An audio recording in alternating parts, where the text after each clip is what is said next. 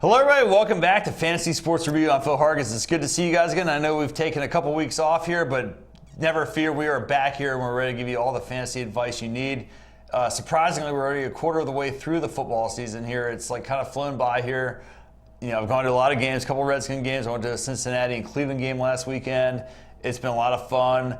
There's been a lot of surprises, and then really a lot of not so surprises here. So let's go and bring in Robbie Castro and welcome him back to the show. Robbie, good to see you again, man. How are your fantasy teams doing so far? No, not too bad, man. Yeah, good to be back.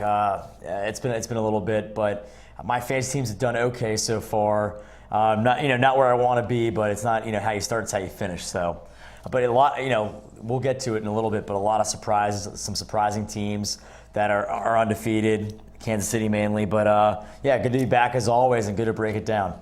It's been a wild season, like really one of the most predictable seasons that I would say. Like we're gonna go through this here in a minute, like our quarterly review, and show people where the people that are drafted, like where they are with regards to the top 12, top 15, and like a lot of the guys are in the positions that you would have actually drafted these guys preseason.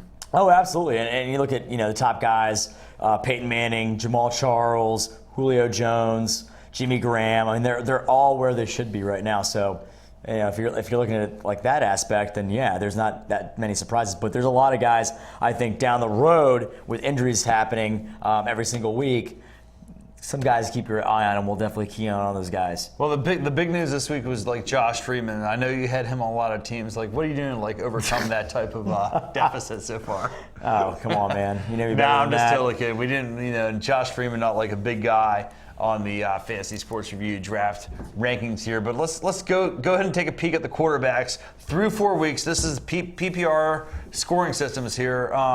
No real big surprise here. Peyton Manning is totally dominating here. Maybe a lot more than either one of us expected him to do. But just out of control, unstoppable. No interceptions, 16 touchdowns. Just what can you do to stop this guy? He's like the Terminator. Well, you really can. And if you have him on your team, you're loving it because you're probably 3-1 or 4-0. You're probably 4-0. You probably are 4-0.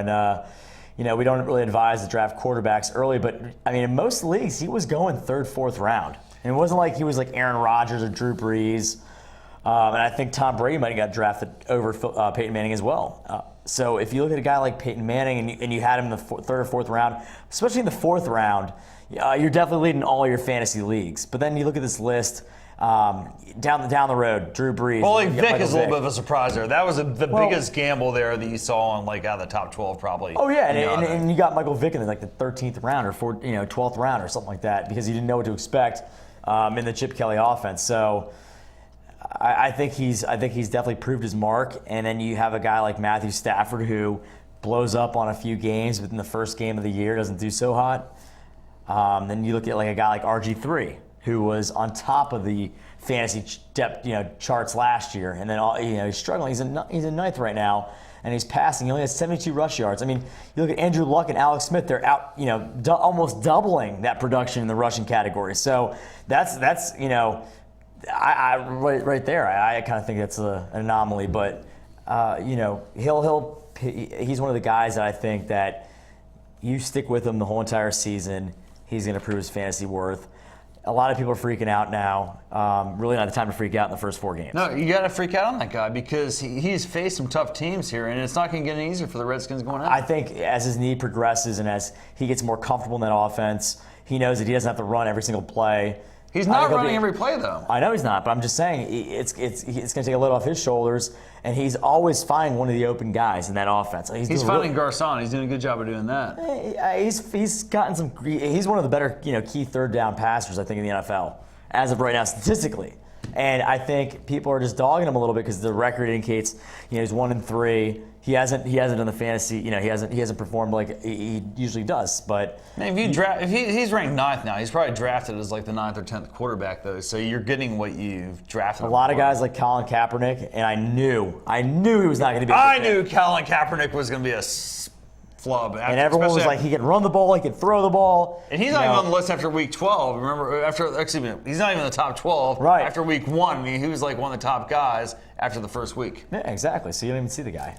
So I think moving along, you look at a guy like Aaron Rodgers who's down below. I mean, bye week obviously affects it. That but, affects that for sure. Tony Romo's doing a great job. Alex Smith has risen to the occasion in that offense. Yeah, not a lot of surprises though in the quarterback spot, in the quarterback slot. I think the biggest surprise on that list to me are Vic, Rivers, and Smith. Yeah. And those are the guys you can get if you wait for your quarterbacks and you draft like 2 or 3 of them like in the 9th to 15th round. Those are the guys. Smith probably wasn't even drafted in a lot of those drafts, so you're doing pretty good with Alex Smith right there, and a very exciting Kansas City offense. Oh, awesome so far. If you have some Kansas City players, you're loving it. All right, man, let's move on to the running backs here. We're just going to break this. I mean, there you go. Kansas City right at the top of the list there. Jamal Charles, number 1 overall. Not a real surprise there. Behind Adrian Peterson, he was drafted probably number 1. No, he's never drafted number 1. He's drafted number 2, 3, or 4, like number 1 behind that guy there. I think Jamal Charles, I saw him going 4 or 5 in most rounds, or most leagues. So the guys that you had the top 3 were Adrian Peterson, Doug Martin. Yeah, what a joke Doug Martin was too. Yeah, right. And then maybe C.J. Spiller because they heard that he's going to get a lot of carries this year. Yeah, he's a bust too. And he's been a bust. But, total bust. Shady McCoy. The biggest name that stands out on this is DeMarco Murray, a guy that can't really stay healthy, but so far has really proven his worth as a great feature back in that Dallas Cowboys high-octane offense. It's been great so far, but then you look at Darren Sproles, Marshawn Lynch. I mean, Darren Sproles, you knew what kind of player you're going to get with him in the PPR league. I mean, guy kills it. But then you look at Reggie Bush, top 10.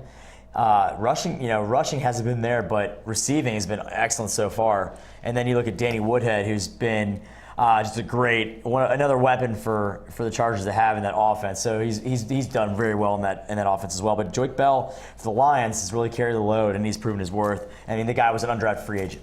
Yeah, I mean, that's exactly what you're looking for. I mean, you knew that Joique Bell had a great preseason. That's the kind of guy you want there with a late round sleeper kind of pick. He can fill in for Reggie Bush, and Reggie Bush is struggling there to stay healthy and do those kinds of things like they need him to do. Reggie Bush already missed a game against the Redskins, and Joique Bell was like totally killer in those games. So for those instances, a guy like Joique Bell is perfect. He'll get goal line stands, and he'll get a spill all that time when Reggie Bush is not in the game. Danny Woodhead, what a pleasant surprise. Mostly inflated based on last week's performance against the Cowboys. But, still nonetheless in that kind of scoring system, not a bad guy to have. Matt Forte, kind of top 3, back. I didn't really see it coming, really. I'm not surprised by that, especially in a PPR league. Forte is a stud. And that is a darn good team there with the Chicago Bears, and they're gonna be hanging around all season long, I think. Matt Forte definitely shaping up to have a great season, and maybe rival Adrian Peterson, Jamal Charles, Shady McCoy for that top number 1 overall spot this year in fantasy. For sure. All right, guys, let's move on to the wide receivers for this year. It is again, all the top guys are at the top. I mean, Calvin Johnson's not at the top. Maybe that's a little bit of a surprise, but he's down there at number 7. So really not that bad overall. And what do you think about these other guys? Robbie Julio, Victor, Demaryius, those are the guys you expect to see at the top. Yeah, absolutely. I think Victor Cruz too. He's been a great addition for the New York. Well, not an addition, but in terms of drafting this guy, he was hurt early on, hurt in preseason. Didn't really know what to expect from Victor Cruz at all.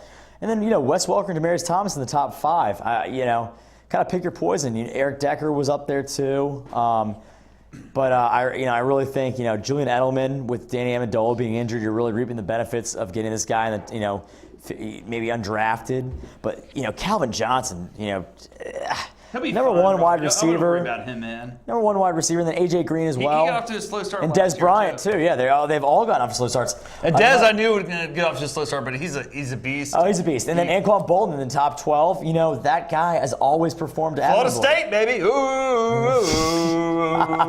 Andre Johnson hasn't found the end zone yet, and he's been injured. So, but Pierre Garçon doing well.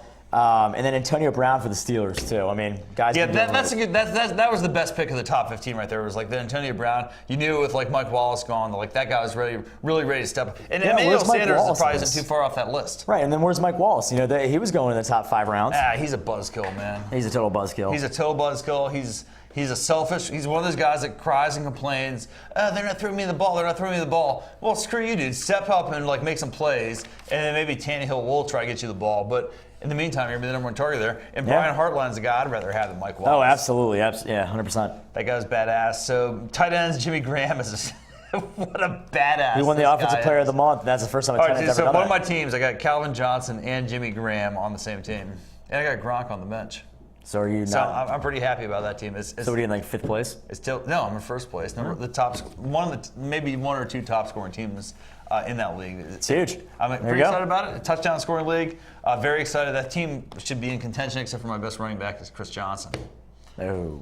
So we'll see what happens I there. mean, it could be worse. Get Maurice Jones-Drew. But you got 3 top 10 receivers that you can kind of overcome the. I like that with Rivers in that team as well. Sure. So that'll be fine as we're halfway through the show here, Robbie. But like, look at the tight end list. This is why we tell you guys not to draft the tight ends. It's the same stuff every year, man. Guys like Julius Thomas, Martellus Bennett, Charles Clay, Jared Cook, Garrett Graham, like these guys don't get drafted anywhere. You can pick them up on the waiver wire after week 1 or 2, and they're going to be top 12 guys. You're absolutely right. That's why we never draft tight ends. I mean, I do like Jimmy Graham up there, but I like Antonio Gates. That guy, you got to got him in like a 13th, 14th round. Man, you don't ever like Antonio Gates. Man. I know, man, but 13th, 14th round. Jermichael Finley should be up there if he didn't have that concussion in the bye week. So, bye week, so yeah. So yeah, he Jared Cook's been a beast so far, but Jordan Cameron's been my standout guy. I mean, absolutely been the biggest standout guy out of the tight end position. So. And then Charles Clay, guy came out of nowhere as well. But Tony Gonzalez had a great one game against the Patriots. I know. Do you follow that guy's He did, league? and I won that league, man. Let me tell you guys about this. So Oh, no. I had Tony Gonzalez. I was against him. So I was in FanDuel last week. I had Rivers. Oh, man, I had such a good team. Jamal Charles. Oh, man. I had Victor Cruz. I had Rod Streeter, who sucked. Oh. And some other stud. But my tight end was Antonio Gates. I had the Rivers to Gates thing going on. So I had this big, massive lead in FanDuel. I have 233 teams. So then I had to sweat Tony Gonzalez and who was the other guy he had going on that night? It was, it might have been Edelman. But one of those two guys, but anyway, so I had bang, bang, bang, bang. I had this big lead. This guy closed it up to like 6 or 10 points, and then boom, I hang on to beat him out of 233 people in like a FanDuel league, and then win that satellite into the championship. You really are the fantasy guru. It was pretty cool. So, you really are. I had a really good weekend in FanDuel, and we should actually start doing like a FanDuel like top team segment here going forward. And I think I'm gonna look at doing that. Like, and you'll submit your team, I'll submit my team, and then shoot, we'll see who does. FanDuel party. We'll see who does better. But I have a feeling that I'll probably do better than you in the FanDuel because I don't think so. I love the format of FanDuel. It's so much fun. It's addiction. It's like crack cocaine. Yeah, that's why they make, I've never done crack cocaine, but if I did crack cocaine, that's exactly what I think crack cocaine would be like. Is FanDuel.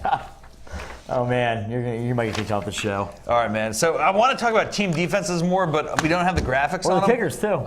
And you love kickers. I don't like kickers, dude. I don't like them at all. We will talk about team defenses in future shows because I love playing defensive matchups. That was one of the keys to my weekend last weekend in the FanDuel was taking the Indianapolis Colts defense. Big shocker there against Jacksonville.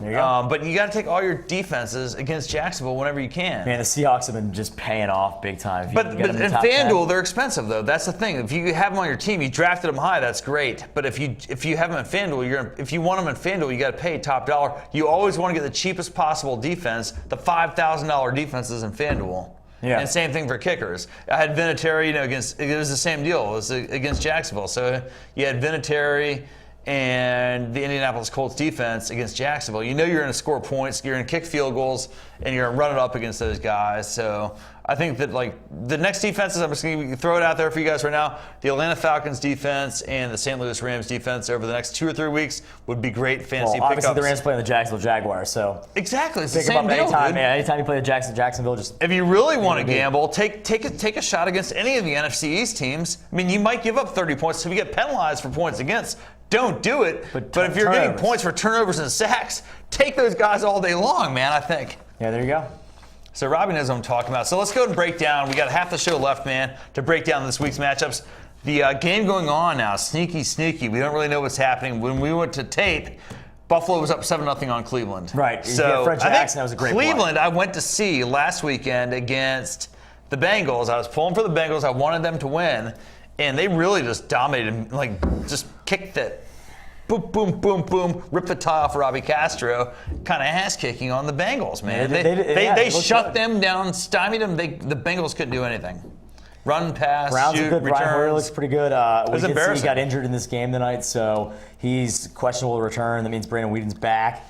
I like Buffalo in this game. I know they're up 7-0, so I have some sort of a cushion. But start Robert Woods if you wanted to. Start Fred Jackson because CJ Spiller is a little gimpy.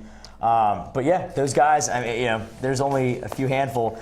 Josh Gordon for the Browns, maybe Brian Hoyer too. But now he got hurt, so you're in trouble if you didn't start him. Yeah, I mean, if Hoyer's in that game, I think Cleveland has a great shot to go on to win that game. I think Whedon's still a capable quarterback. Or Willis McGahee too. And I won't be surprised to see Cleveland win that game against Buffalo. Because I think these are both like two of the teams that are on the move here in the NFL that are capable of. I hate to say about Cleveland, but of making it's definitely a fantasy playoff run, maybe even an NFL playoff run. Probably not, but yeah, they're up-and-coming teams for the years to come.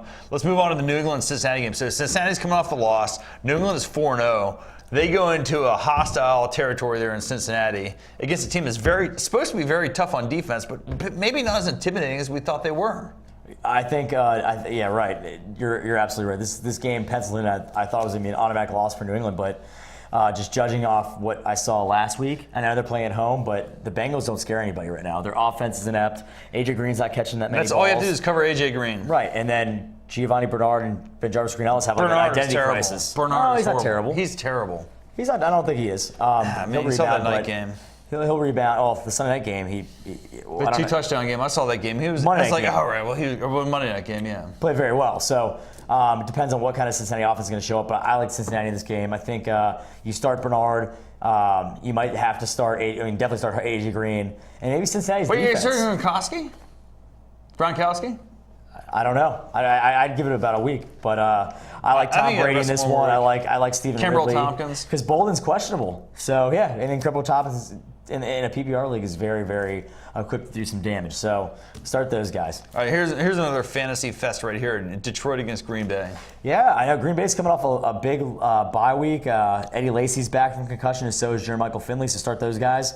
You know what you're going to get with Aaron Rodgers, especially a divisional game. It's a big game for the Green Bay Packers in Lambeau. I like the Lions to make this game kind of close, but Green Bay to pull it out in the end. But Stafford will stoke it. Calvin Johnson, Joyke Bell, and Reggie Bush, those guys, the Formula 4, you start those guys any day, you'll see some rewards. They've been talking about this on the NFL Network all week long about how all the undefeated teams are going on the road to play their games this week. So here's the next one of those. Seattle goes on the road to play Indianapolis, an Indianapolis team that not a lot of people gave a chance to beat San Francisco, and then they came in there and did that last weekend. Oh yeah, they lost to that Miami Dolphin team that snuck up on everyone all season long.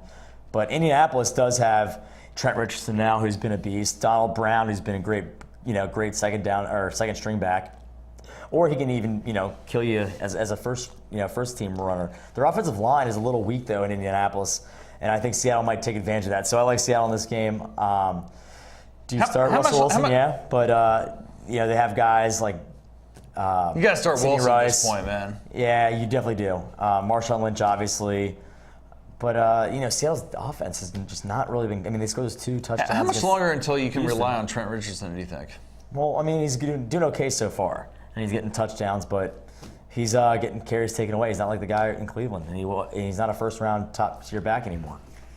All right, man, let's move on to the next game. Is Baltimore and Miami.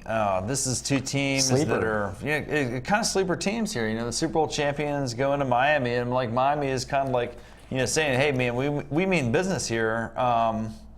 Super Bowl champions, we want to knock you back to tax heaven there in Maryland, Well, I think Miami's in for a rude awakening, especially at home. I like Baltimore in this game. I think that they overcome some of those turnovers, and they still almost won that game. They turned the ball over 6 times. 6 turnovers on the road, you're gonna lose. You're gonna lose. But for them to only lose by 5 points, I think that they go into Miami and they win this ball. And the running backs have got to be getting healthier with Ray Rice and Bernard Pierce. Right. So I think Ray Rice is going to get a lot of the carries this week. I think he's definitely overcome that hip injury, and I think that Joe Flacco overcomes that 5 interception game. All right, dude, this is the game that I think a lot of people have kind of circled in their schedule here. I'm definitely circling on my schedule here, except for the midnight game, which we'll get to here shortly. But New Orleans and Chicago, dude, isn't this like what it's all about right here? Well, I think this is going to be a slugfest. Chicago's coming off the loss. Really? New Orleans coming off the short week and playing on Monday night. I think Chicago comes to play and gears up, and I like Jay Cutler, Matt Forte, Brandon Marshall, Martellus Bennett, who's been just an exceptional pickup if you have him. Don't start any of these defenses because they're not going to do well. Drew Brees in Chicago, warm day. He'll put up Drew Brees-like numbers. So he may struggle though against that defense and on the grass. Well, Julius Peppard. I mean, they're going to bring the house, no doubt. They're not going to let this guy have 4 or 5 seconds to throw the football, or at least drop back to throw the football. So they're going to take away that short spacing game and make Drew Brees throw long. And if they do that, then Chicago is going to be successful. I think Chicago is going to be very successful in this game. I'm predicting Chicago to win this game. I know a lot of people are like, oh, yeah, the Saints are so great. They're undefeated. Their offense is the best on the planet. I see this happen every year. It's like they go outside of their dome, they go play on grass, and they lose. It happens every single year to this team, and it's going to happen again this Sunday. Okay. I'll put up a score like there, Chicago 31 and New Orleans 24. How does that sound? All right. I'm ready. I'm with you on there. And drinks are on you if I nail that right there. 31-24. And we'll get into the drinking game here in a second here. The next game on the scorecard here is an NFC East game, Philadelphia and the Giants. This is like a fantasy dream come true right here. I guess this is going to be a fantasy dream all week, but not so fast. The Giants' offense is terrible. David Wilson is not a great running back by any means. They can't run the football. They can't protect Eli Manning. They have nothing going for themselves. The Giants have no identity. I do like the Eagles in this game. I don't think they're going to get the scoring that they usually get out of Michael Vick and LaShawn McCoy. But I think it's going to be a good game nonetheless. I think it's going to be a low-scoring game, like 17-14, 20-17 type game. But yeah, I don't think it's going to be an offensive juggernaut that we come to see in the last 4 or 5 years in Eagles-Giants games. All right, Robbie, this is a game that everybody's been looking forward to all season long. Jacksonville and St. Louis. Come on, man. What's going to happen in that game? I didn't want to talk about this because Jacksonville's so lousy this year. You start the St. Louis defense, and that's great, isn't it? Yeah, start absolutely. the St. Louis defense. If you have them, yeah. And I think you actually got to go with Bradford in this game. I don't think Tavon and Austin, they want to get him more involved. I like that. I think you have FanDuel, you get him for really cheap. You can get Tavon. You can't start Richardson though. No. You can't start Darrell Richardson. Not at all. He's just completely ineffective this year. He's unusable. He's almost waivable at this point. Right. But Tavon Austin maybe, and that's about it. The tight end with Cook. Jared Cook too. Yeah. Jared right. Cook, you can start him. You have to maybe start Givens him if you have guys on bye week. But maybe if you have that. Kansas City, Tennessee. Not really that big of a game. Locker's out of the game. Well, it's so 4-0 versus 3-0, but looking at this offensively. Is Chris Johnson benchable at this point? Against Kansas City, yeah. Against Kansas City, yes. Kansas City might be the number 1 defense in the league now. Very well. I mean, they stopped the Dallas Cowboys. They stopped. They almost shut out the Giants last week. If that's saying anything. Those teams aren't very good. Not at all. But I think Kansas City's definitely rebounded. This is going to be a good game just to watch, not for fantasy purposes. All right, so here's kind of a weird game here coming up. You don't see this every day. Carolina and Arizona. I don't really. Good day for Cam Newton, probably, right? Decent game. Steve Smith and Cam Newton. No running though. Is there anyone in Arizona? Is Fitzgerald? Fitzgerald, yeah, you got him, especially at home, absolutely. Because he's good. If they need to come back, he's good for like 4 or 5 targets that entire drive. So start a guy like Larry Fitzgerald for sure. All right, man. Denver and Dallas. Obviously, you're not going to bench any Denver guys, but that's Dallas. I mean, I think that's a good fantasy game for those guys too. I think so too. Dallas, I think, comes to play. Peyton Manning has a really tough time playing in Irvin, Texas. And it's gonna be tough for him, I think, just to come back. But Peyton Manning's has 16 touchdowns and no picks. Does he go to 20 this week? No, I don't think so. You don't think he's going to get 4 touchdowns this week? I don't think so. I really don't. I think Dallas, comes to play, and they kind of shut him down a little bit. I mean, don't. They gave him 3 to Rivers last week. I mean, No Sean Marino may get 2 of those to kind of steal him away from. I mean, is No Sean Marino stolen the running job there in Denver now? Yeah, of course. Yeah. So there's nobody else there. It's gonna be a good game. I don't think the Broncos are going to put up 75. 65 points. All right, man. This is a 2-minute warning, Rob. We got 3 games left to go. These are all the exciting night games here. Houston and San Fran. This looks like the Super Bowl that I predicted last year. Yeah, this is going to be It's really close. I think Matt Schaub rebounds, and I think in a good way. And in San Francisco, I think Kaepernick might find his little.